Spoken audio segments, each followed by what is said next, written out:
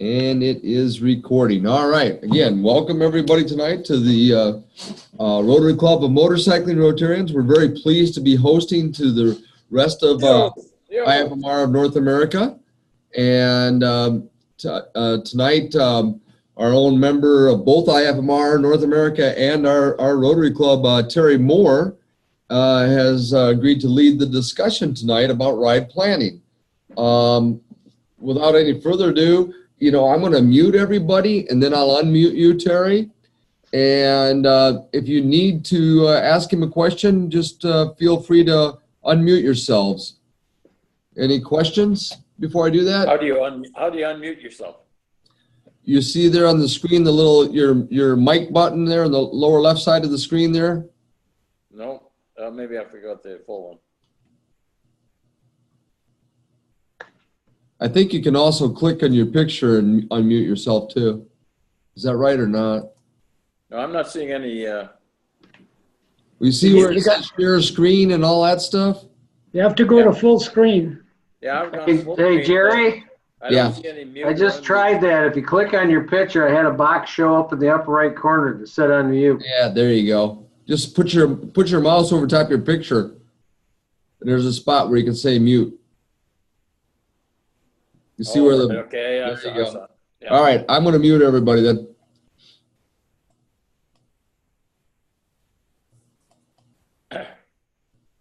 How come that didn't work? Well, I'll tell you what, I'm going to start muting people and just leave it go.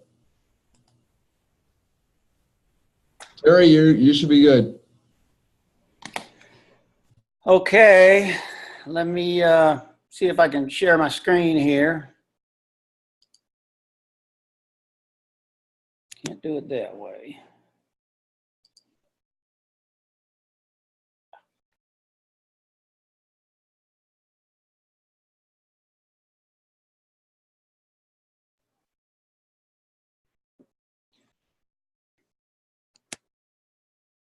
All right, come on.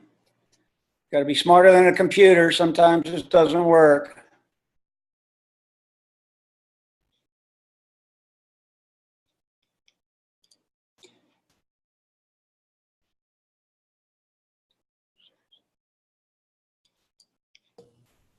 You got to kind of double click. There should be a window that pops up and kind of says, "Are you sure?" Yeah, I've lost it. I've lost my Zoom connection. Hang on, I'll get there. We can see you good.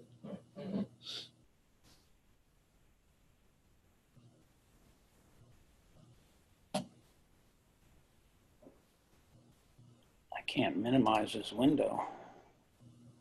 Why is that? The Zoom window? No, I'm in my PowerPoint window and I can't minimize it. To get back to my Zoom. Hit the escape button. Yeah, I've tried that. Let me try it this way. That way it didn't work either.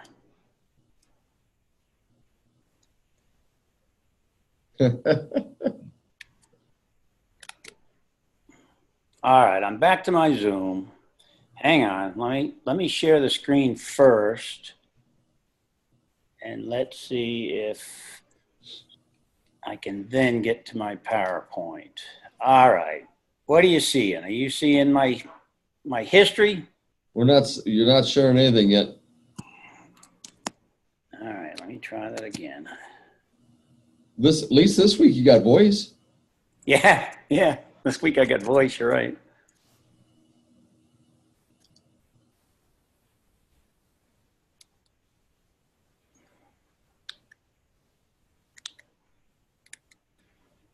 Come on.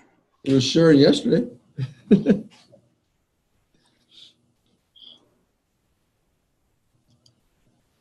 All right.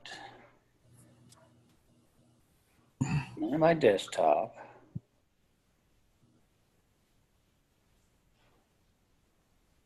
All right, let me try it this way. There you come. There you go. All right. There you go.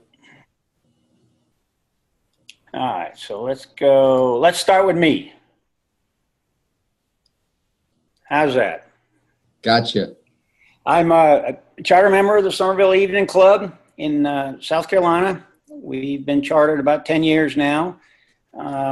That's in District 7770, which is the eastern half of South Carolina. We have about 80, well, we have 80 clubs in the district, just shy of 4,000 members. I am the district database, DACDB database manager, which is a competitor to Club Runner that you guys use, which is fine. I'm a major donor. I'm a member of the Quest Society, Paul Harris Fellow, Paul Harris Society. I'm a graduate of the Rotary Leadership Institute. In 2016, I was awarded the Service Above Self Award from the district. And this past year, I was awarded the Rotarian of the Year. So I'm very, very, very proud of those, at least those last two awards. I've worked very hard for this district, and I love what I do. All right, enough about me. Okay, that didn't work. Let's try it. Hey, Terry, you forgot about the most important thing, What's that? the Whiskey Fellowship. I'll get to that. Okay. All right, so let's talk about a trip idea, a concept. So everybody knows I'm getting on a motorcycle, and how much time do I have, and how far do I want to go? Do I have a goal in mind? Is there a destination? Is there a restaurant? Is there a bar? Is there whatever? Where are we going? So a short trip, you know, an hour, maybe a day. Longer trips, multiple days, weekends, even going longer than that. What are the expected numbers of the riders? How many riders and passengers do you think are attending on this trip that you're leading? So then you got to start, you know, obviously the more advanced there is, you got to start getting into the pre-ride planning. So my suggestion is get out the real maps. As a kid, I loved looking at maps. We'd travel across country, and I was the navigator, all the little symbols. I mean, I love it. I teach all my kids this now. I teach grandkids this. You got to get out the real maps. All right. Now, if you can, let's conduct a pre-ride drive, a pre-ride. You know, if you have time. If you're going across country, you're probably not going to do a pre-ride. So that's when you start with the online research. Every state in the union, I haven't checked all 50, but has a Department of Transportation. In every Department of Transportation site I've ever been to of the state, they show road closures. It would be a good recommendation just to look for those road closures on a route you're going to. You know, literally, I just pulled up, I mentioned one state, Iowa was short. I could spell it shortly, I could spell it correctly, and I said, hey, DOT in Iowa, and within a couple of seconds, I had this screen. Now, these are all PowerPoints, so when we get into kind of some of the more detailed stuff, it'll be a little harder. I won't be able to really show you the actual websites and things, but yeah, look for these DOT news. All right, how to select a good waypoint? Well, us motorcyclists, we love to be able to ride near the rivers. We love to be able to ride near the parks and the forests. So we look at a map for the green. The green is the parks and forests. Excuse me a minute, my wife's timer just went off in the kitchen. She's got it, okay. So we look for the green, the parks and the forest. We look for the blue, which is rivers and lakes. Obviously, these are the greatest places to go motorcycle riding. And then you start throwing in twisty roads. What's better than a motorcycle on a twisty road? So one thing I've learned is look for county roads like with a 2 or 3 digit number to the road indicator. It's usually a road that goes for a good ways. It's in the county, you're running past pastures and horse stables, and it's more the rural riding. Does the 2 or 3 digits generally mean it's paved? Yes. Normally, yes. If it's a paved road, well, getting up into Alaska, you may run into different ideas, but in the lower 48, yeah, you're going to see this is paved. And then you want to start looking at mapping software. Everybody's familiar with Google Maps. We'll get into Google Maps a little bit later. Garmin, which is one of the big GPS firm, they have a software called Base Camps. It works pretty good. Let's talk a little bit about stupid rides. How about an iron butt ride, 1,000 miles in 24 hours? Why would you want to do that? You're not going to see anything but an interstate. Okay? How about a racing ride, a cross-country ride? See who can go the fastest. I'm really not interested in doing those rides, even though I've been known to kind of get into one. This was a ride I did, iron butt, 24-hour, 1,000-mile ride coming out of, starting in Columbia, South Carolina, going up into Asheville, over to Knoxville, over to Nashville, down to Chattanooga, down to Atlanta, back to Augusta, and then back to Columbia. It was a miserable ride. It was cold, it was wet, it was long, it was interstate, I really didn't enjoy it. I did it because I was prompted by some fellow riders. Come on, this will be great, it'll be fun. Well, okay, it was fun. How about this guy? Carl Reese on a BMW rode 2,800 miles from LA to New York in 36 hours and 49 minutes. He wanted to break the world's record. He was successful at that. He broke the world's record. But what's interesting is he started taking spin classes, you know, to condition his core and his butt for long stretches on the motorcycle seat. He worked with a physical therapist to straighten his back. And another good idea is using cycling shorts to give you a little bit more support underneath, you know, riding pants on your seat. And that works pretty good. He conducted the planning for this route for 8 months. The detailed story of it was really kind of amazing. I mean, he had this plan down to, you know, the hour he was departing LA and what time of year it was going to be and how the moon was going to be. It was going to be a full moon, his whole trip.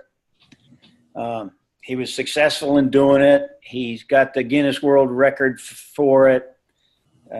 So, you know, okay, this guy was really kind of wanting to do this. Well, he's also done it in the first Tesla car. You know, what is a Tesla car? It's the electric car. Oops, my apologies. A non-gas car. So he's got that world record there too. So, but these are kind of stupid rides. I mean, I wouldn't suggest this. All right, so I started looking at some of the ride planning software. I'm a Harley guy. Harley Davidson has a planner that is pretty user-friendly. You can post your rides. It's peer-reviewed so people can share it, link it, you know, comment on it. You can import it into your GPS. You can export it from your GPS. You can get printout details of it. And the interesting about Harley Davidson is on their software planning package, they list out all the dealerships.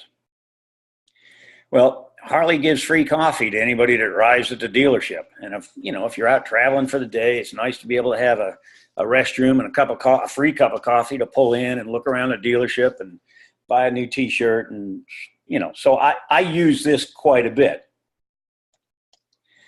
The concept was my Lone Star beer trip. Me and 4 buddies were talking about, hey, we're talking about beer one night. And I said, have you ever had a Lone Star beer? And they all said, no. And I said, well, the only place you can get them is Texas. And they said, let's go. So I started planning this route, and you can see on the map, like all the little waypoints that have the Harley logo, those are just dealerships. So I was going from dealership to dealership to dealership to dealership. Now, if you look at point number 4, let me see, it's right here. This is the start of the Natchez Trace Trail, which is a wonderful motorcycling trip.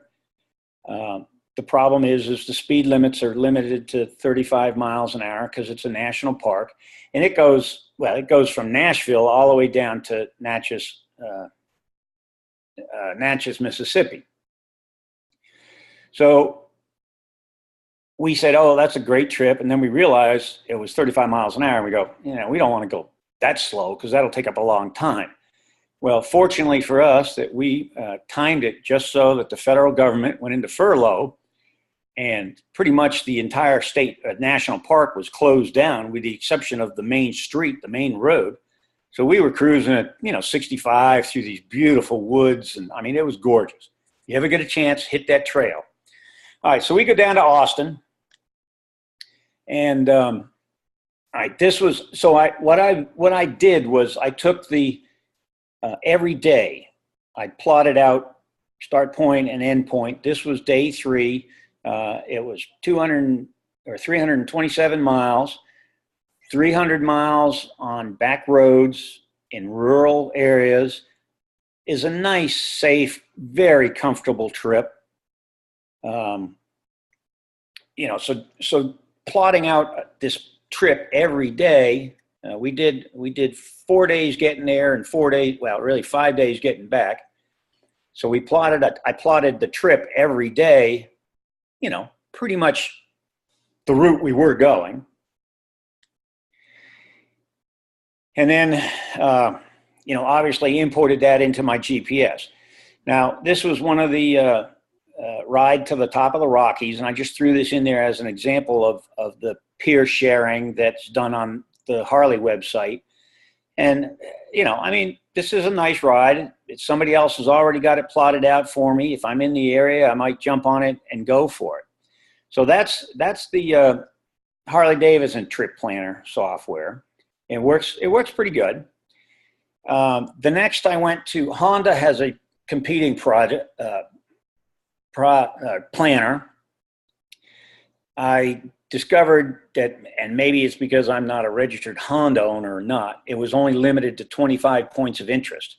But it can do the same thing, print out your trip, export to a GPS, import it from a GPS. It works very, very nicely. In fact, I really liked the way it would take a plot and you plot it out, starting point and ending point, and then you click, I'm pointing on my screen and I'm going, then you click right here and it says avoid the highways. And it really does an excellent job at taking you off the beaten path. So this trip I plotted from Clarksville, Tennessee, back to Fort Campbell, going up into Calvert City, Kentucky, and coming back. Now, what I really want you to see here is this part. And it's unfortunate that I can't enlarge this, but originally it had plotted me through this way and then coming down here and taking up this route like this, because it's really not a highway. So all I did was alter this waypoint here to take me off of highway, I can't even see it, it looks like 79, and put it on the road that comes up between the Land of the Lakes in Tennessee. So that one point altered this route tremendously. Now, another trick is right here. You can't tell. The only thing you can really kind of guess on if you were looking at this plot from somebody else is I went from B to C, which kind of says I turned left here and went this way, but you can't tell. Of course, sorry, oops. Of course, your GPS at this point at this crossroads is going to be kind of confused. So this is why, maybe it's smart to recommend a to and from is halfway through the trip, and then a from back to home kind of section of the thing. But you can do this, depending on how long you're going. All right, so this is the actual plot of the my Lone Star beer trip, imported with just the GPS points from into the Honda Trip Manager. And this worked out extremely well. These are all, I mean, when I enlarged it and looked at all the points, it was almost spot on to the route I took. And you can see there was obviously you got to cross over here. So we came in this way, went south on Natchez Trace. When we left Austin, we came back and then went north on Natchez Trace back this way. But it cut me, oops, I keep hitting the button, sorry. It cut me off at 25 waypoints, which is, okay, I'm all right with that. But it imported, this is an import into the Trip Manager. It worked very, very well. Really, I think it worked better than what Google Maps was, and I'll show you that same import. All right, Google Maps. It's a little hard to find if you just go to Google. I found that the best way to find it is to literally Google my maps in Google, and it came up, and you can create your maps.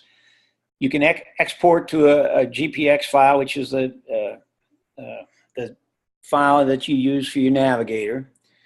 The problem is the details. If you import it, it's the details as the crow flies, which is really odd, but that's the way they did it. But the good thing about it is you can use an Excel spreadsheet and import. And then, of course, you can export to the GPS. So this was my first half of the Lone Star beer ride.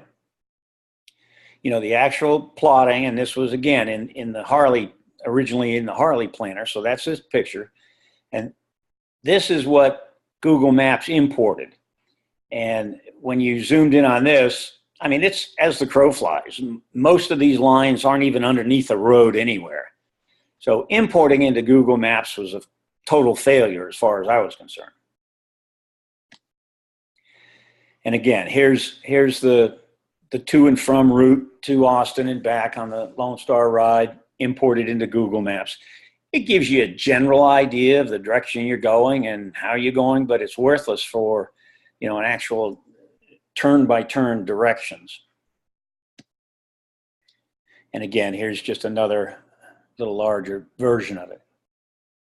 But you can see right here, this was the same road. This was the Natchez Trace, the only part of the road we doubled over and went, both directions, going south and then went north. We came in a little lower, left a little higher. But it doesn't even give you the same road. It gives you totally different waypoints. All right, so we got to talk about Tail of the Dragon. Tail of the Dragon. I mean, I know you guys, a lot of you guys have ridden it. It's in Deals Gap, North Carolina and Tennessee. It's 311 turns in 11 miles, something like that. Do your best, do your absolute best to avoid going there on a weekend. It is miserable. But what started out as a challenge to Google Maps, because I was really very unhappy with the Google Maps import of my waypoints, I started saying, okay, I want to challenge Google Maps. And I said, I'm going to start at Robbinsville, North Carolina, and go to, I can't remember the name of the town now up here at B. Oops, wait a minute, let me go back. So, and I said, avoid the highways. Well, 129 is the U.S. highway that goes this route. It's great motorcycling area. I couldn't get it. I couldn't stump Google Maps, which sort of pleased me. So I said, well, there are some advantages to doing your research on Google Maps also. So this is the map, the general map of Google Map. And this is the satellite view of that. So it gives you a good indication of the topography that's there. And then this is the terrain map, which is really very, very good at looking at the mountain ranges, looking at the mountains, that sort of thing. So Google Maps got its advantages too. But this is why you want to avoid Tail of the Dragon on a weekend. You got I love these guys. I'm impressed by their riding skills, but they're a pain, you know, in front of you or behind you. Either way, it's I don't want to ride with them. That front guy's Jerry, isn't it? Yeah, I think so. Then you got people like this, you know, I mean, there's no way in hell he can see around that truck. There's no way. These turns are that quick and that coming on. And then you gotta, you know, it's a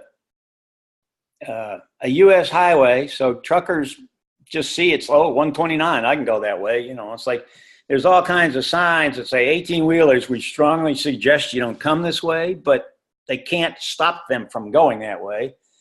But if you're coming around this corner and you see this big 18-wheeler in your lane and you're doing, even if you're doing 35 or 40 miles an hour, you know, it's the pucker factor.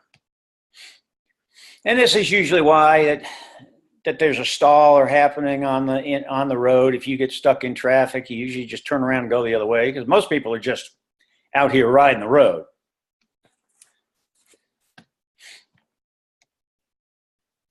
All right, so let's talk about when the trip begins. You've done all your pre-ride briefing. You've told everybody we're doing kickstands up in 15 minutes. You've given everybody a safety awareness chat. You know, any issues, yeah, we're going to have to take a detour around some road because the DOT's closed the road. You remind people about defensive driving, maybe motorcycling hand signals, how to keep a group together, you know, how to prevent the wave from taking place, you know, buffering people if you have that many riders. And you want to let everybody know, okay, today's destination, we're going to meet in, I mean, even if you're just going to get to the town where you're going to spend the night, you know, everybody should know that. You should have, you know, phone numbers for everybody involved. Everybody's got cell phone now. Most people, most people that have good communications on their motorcycles have you know, their Bluetooth connected to their motorcycle. You know, we've got the CB on most motorcycles. You know, and if your group is at large, you know, tell everybody, it's like, okay, let's do it like the military. Everybody has a buddy system. So, you know, you three buddies are responsible for each other. And when one person only shows up, raise your hand saying, no, I'm missing two other people. So hold on, we can't go yet. Then you have to identify, and you really should know who the least capable driver. I mean, do we drive a motorcycle or do we ride a motorcycle? I've never been able to figure that one out, but the least capable driver. Who's got the smallest fuel tank? Even more importantly, who's got the smallest kidney? And the rest stops. You know, you've got them programmed in. As soon as you take one, somebody's going to invariably ask you, are we there yet? And you say, no, but our next stop is, and, you know, wherever we're going. So you keep reminding these people, keep telling them, keep giving them bits of information all day long throughout the whole ride. All right, your GPS is not always right. It isn't. I've heard it, hundreds of people say it. I've said it. But I'll bet it's more right than you are. Now, this is the Tomahawk Towway Path in upstate New York along the Erie Canal. This was shared on Harley Trip Planner as a planning ride. It's in the satellite overlay mode, which, you know, shows really good detail and good interest. And it's a little video clip. And I'm probably going to play it a couple of times for you. And it's got this trial version of the software, but it kind of goes away, or eventually it'll go away. All right, let me see if I can get this thing to play. And you'll see a little dot that starts up this road here. But like I said, I'm going to play it a couple of times. But it's a beautiful, along the lake, along shoreline. You know, it's got to be a fantastic ride. I've never ridden it. I'd love to ride it.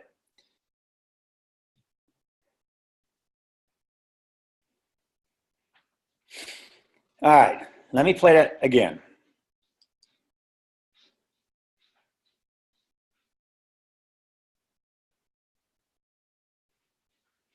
Now, I don't know if this was honestly, I don't know who planned this ride or who posted it, but I did notice that if he's got one or two people riding with him, it's probably okay. But let's look at this. So we came up this way and we turn in here. Is that a mistake? Is that a, oops, I went the wrong way because they came back and went this way? Now, one or two things happened here. He got down to about here and he decided, oh, I'm going to go stop in and visit my sister up here. And he did. He went in, pulled his, stopped in, said hi to his sister, and then came back out and left. Or his GPS tricked him because he's got this waypoint right here that was a crossing waypoint on his route that confused the GPS. He missed it knowing he knew he didn't want to turn and go this way. He knew the route that good enough. So he kept going on and did a U-turn. Now, two riders, that'd probably be no big deal. Oops, wait a minute, sorry.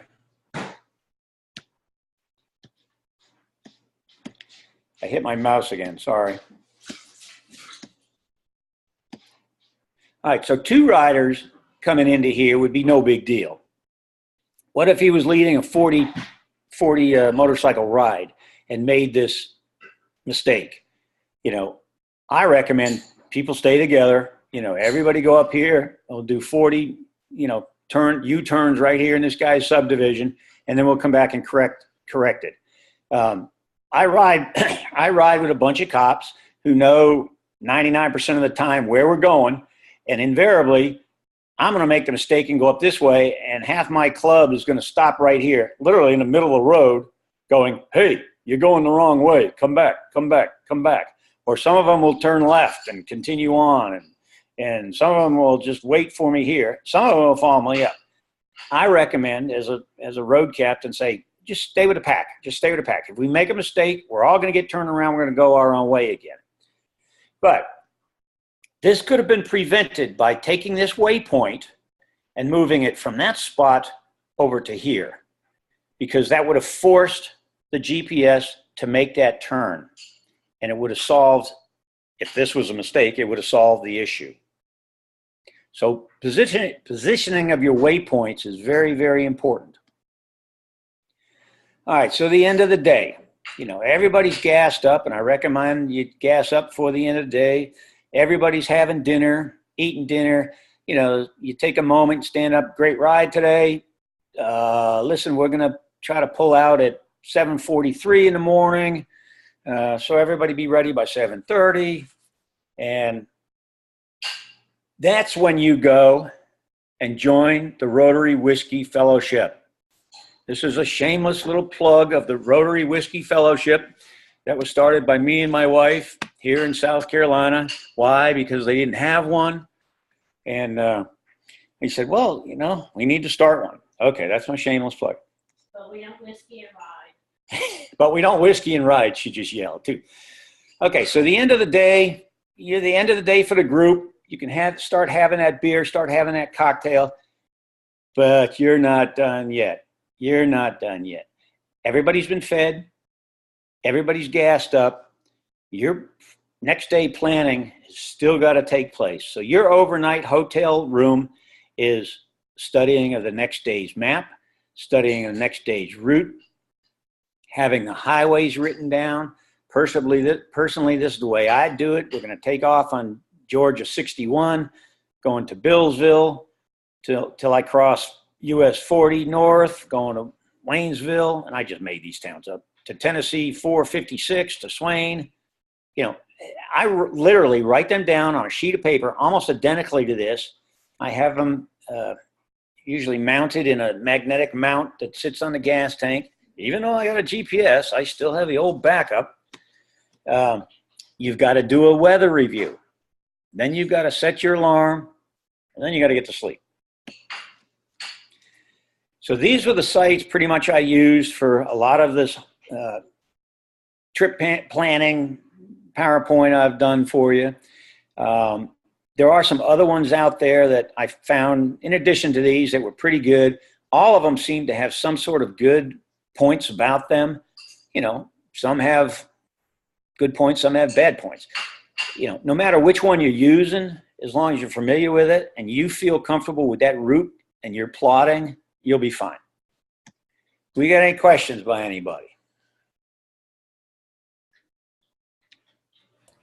Yeah, one question. How do you export the map? Like, let's say I go to the Honda one or the Harley Davidson one. How do I export that to my GPS? Usually there's an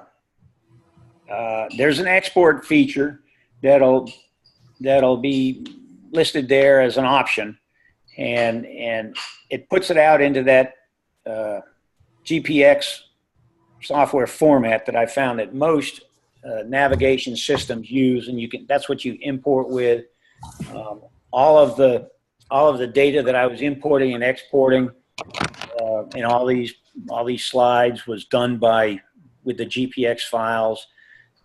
Even if you just you're taking a trip and you say, okay, record this one in my GPS, and get home and say, that was a great trip. I want to export that one from my GPS. You stick it on your thumb drive, bring it to your computer, put it in that way. I'm gonna go ahead and stop sharing the window here.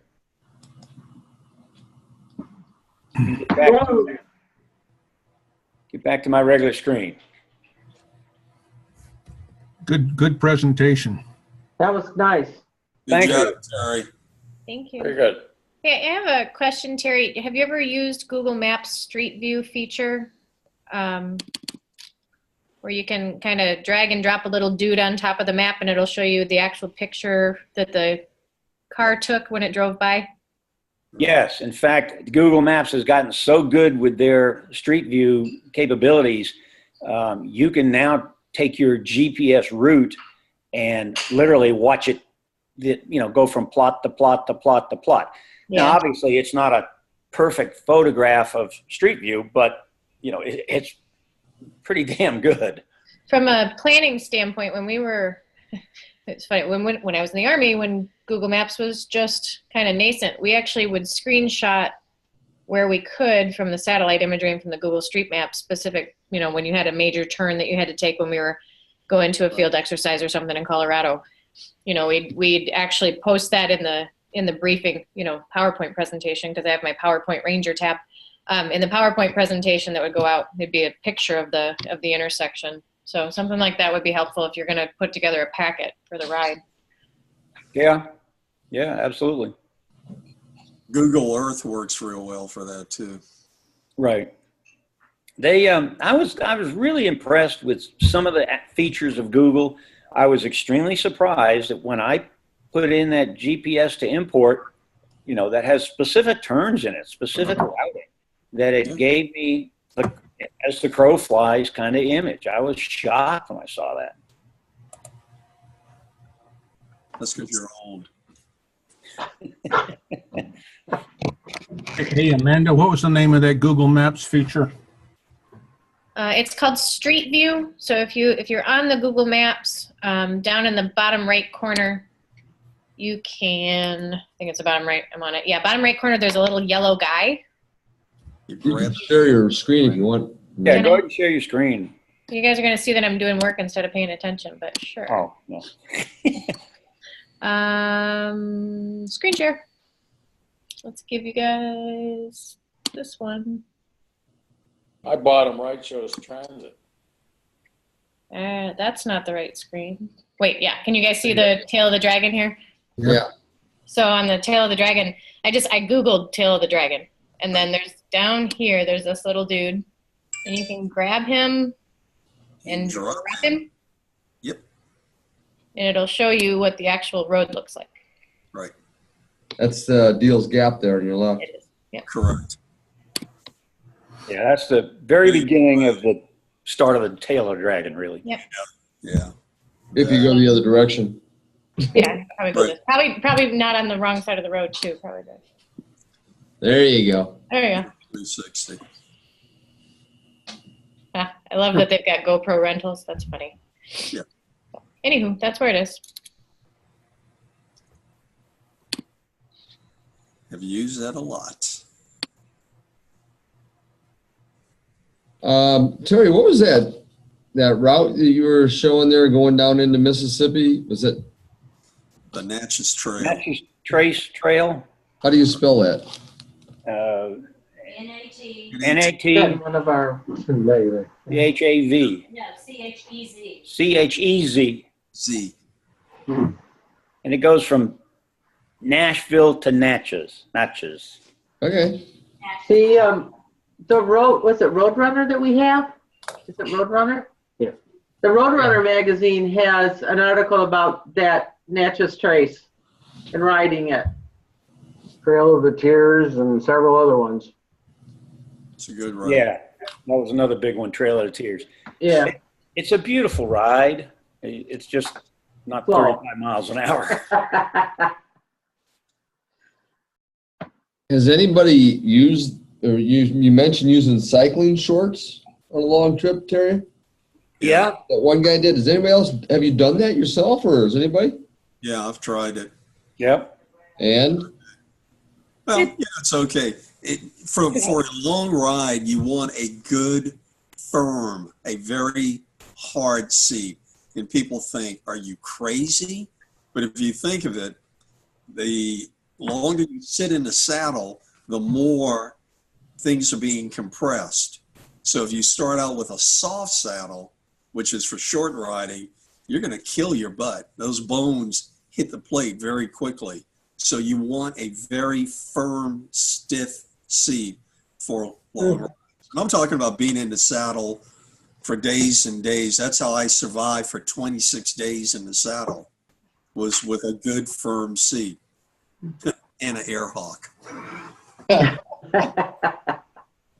I cheated a little. I've got a gel seat that I use once in a while. Gel firm. That's what I use, a gel seat. Yeah, gel is good when you first start out, but then it gets very, very stiff or very hard if you stay in the saddle for a long period of time. I usually prefer a sheepskin. There's some hardcore people that like sheepskin and beads. I never could understand the beads. The beads always hurt, but I've got friends who swear by them. I tried the beads. I couldn't use them. It actually works pretty nice, except when it rains and it starts to puddle up the water on it, which makes it kind of rough.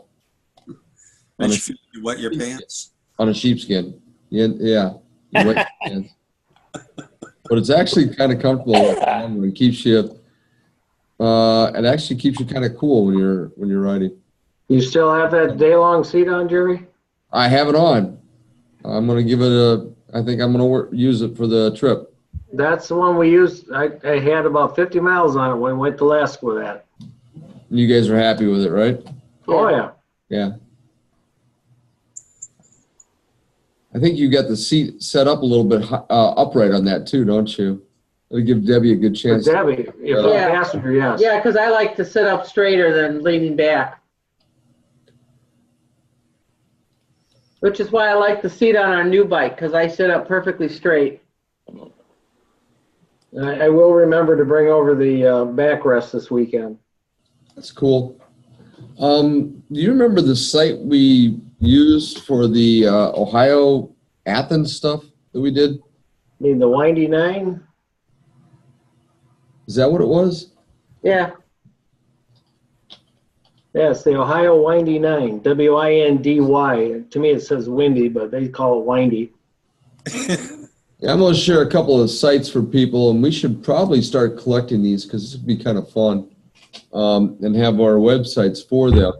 But there is a number of different sites out there, and you know, Terry was sharing a couple of them there that are useful for maps and GPS downloads and that stuff. Let me share my screen over here.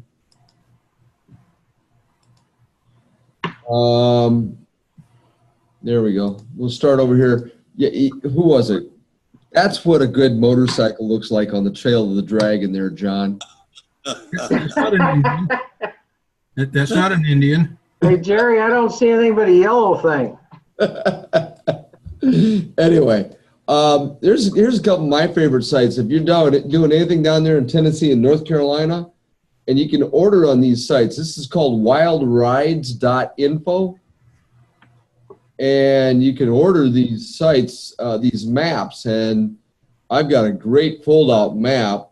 And it's, let me see if this pops out here, but they're going to have them downloadable too, but you get an interesting map, and this is quite a map, and it shows all sorts of great rides, and it tells you how long, miles and time-wise to do them, and it gives you some ideas of where to stop for lunch and bars or even hotels on them too. For instance, this green loop on this one's 95 miles and 2 hours of riding and such. Let's see. I'm trying to orient myself. What else is on here? That's on the Tennessee-Georgia border. Anyway, you get the idea here.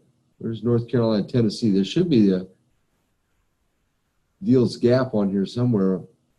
Yeah, it's over to your right, further to your right. Right It's in that area. Because Moonshiner 28 is just to the east of Deals Gap. Okay. The Gauntlet's down here in Georgia. I've ridden that ride, but it gives you some nice ideas on this. And this is actually a small portion of a bigger map. There's probably 30, 35 different rides on the bigger map I have. And you can order it for free off this website. It's a cool map. I've ridden about a dozen of the different ones that are down there in that area. It's good planning. When you can find these maps, they're really good for doing ride planning as well. Let's see, here's another site. It's motorcycleroads.com. And you can pick out different rides that they recommend and show them. This happens to be the Triple Nickel in Ohio, which is nice, down near Athens, Ohio. And then and you get into some of these areas and you start doing a little bit of research, you hear about a particular ride, you can find one. Rory was telling us just about the Windy 9. We did a weekend there with, in fact, some of the Canadians came back down and did another weekend down there. There's about 9 different rides in there, and we pieced them all together. Let me see. I forgot where to look for that on there. Oh, here we go. There's the downloads to upload to your GPSs as well. Get some accesses for hotels and such. Is this the map? Nope, that's how you can, I'm sorry, that's how you can get the map. There's some stuff. And Where was that? Best West, Jerry? Yeah. Was that a Best West when we stayed at down there? No, it was a Baymont. Baymont. Days That's an Inn, excellent place to stay. Wasn't it Days Inn? No, that was a Baymont. There's the Triple Nickel. Has it got the map on it? Yes, several of the motorcycle magazines have stayed at that Baymont, and everybody had very great reviews. We had an excellent time there. They're very accommodating. Yeah. Oh, yeah, the Baymont downtown. We also stayed at the Days Inn down there once when we first went Well, down. you and I and Rory did, coming back from a ride. Yeah, Baymont was a lot better, and they really treated us really well. yeah. So anyway, just a couple I wanted to share with you on that. And I'm finding, I've got another set that I got out of riding Arkansas. It's got the same sort of thing.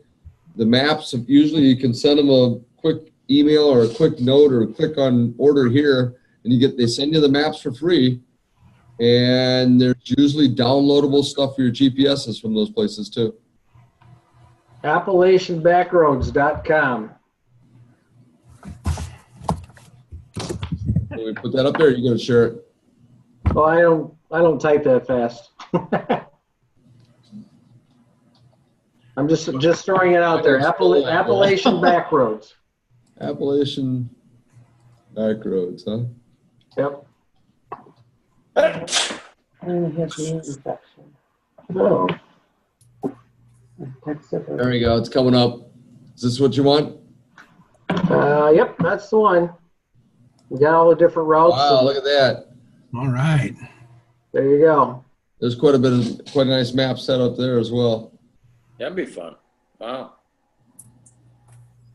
So there's a lot out there, and again, a lot of these, they show the routes. You can get a map. They'll mail them to you for nothing, And then often there's the ability to go to a particular one. Gargoyle, never heard of that one. The gargoyle, I don't know which one it is, the gargoyle. Now we'll have to set up something on our webpage to start setting these up. Yeah, that's a good thing to do. I'll have to talk Good to idea. Linda, and actually, if you know, maybe we could write down our own particular favorite sets and note on there whether or not there's GPS downloads or not, GPX downloads. There it is, the gargoyle. Huh, something new. There's there you get a tank map and you can download it to your GPS. Is that anywhere near anything we might recognize? Grundy, Virginia. I see the town of Grundy. That's way out in the southwest Virginia. Yeah. Virginia. Southwest Virginia? Okay. Southwest. Yeah. Yeah, Claypool Hill, Richlands. I've ridden a couple of those roads. I've never ridden that route. But there's some good riding out there. 92 miles on the loop. I'm going to have to get out there. I have not ridden that route, but I've been out there. Skullcracker? Wow. I like that. Back of the Dragon. Black Snake, never heard of that one. Corkscrew. See, look at all these rides we have coming up. I think after this year, next year we'll have to go spend 5 or 6 weeks down that area. Summers till we die. Yeah. Unbelievable. All right, I'm gonna stop. Hey, sharing. Jerry, let me interrupt here. I've got 2 questions for the group. David, you're not able to join us. Is that correct for next week? That's correct. Okay. And then Harold, you're joining us in Blacksburg? Correct. Okay. Friday.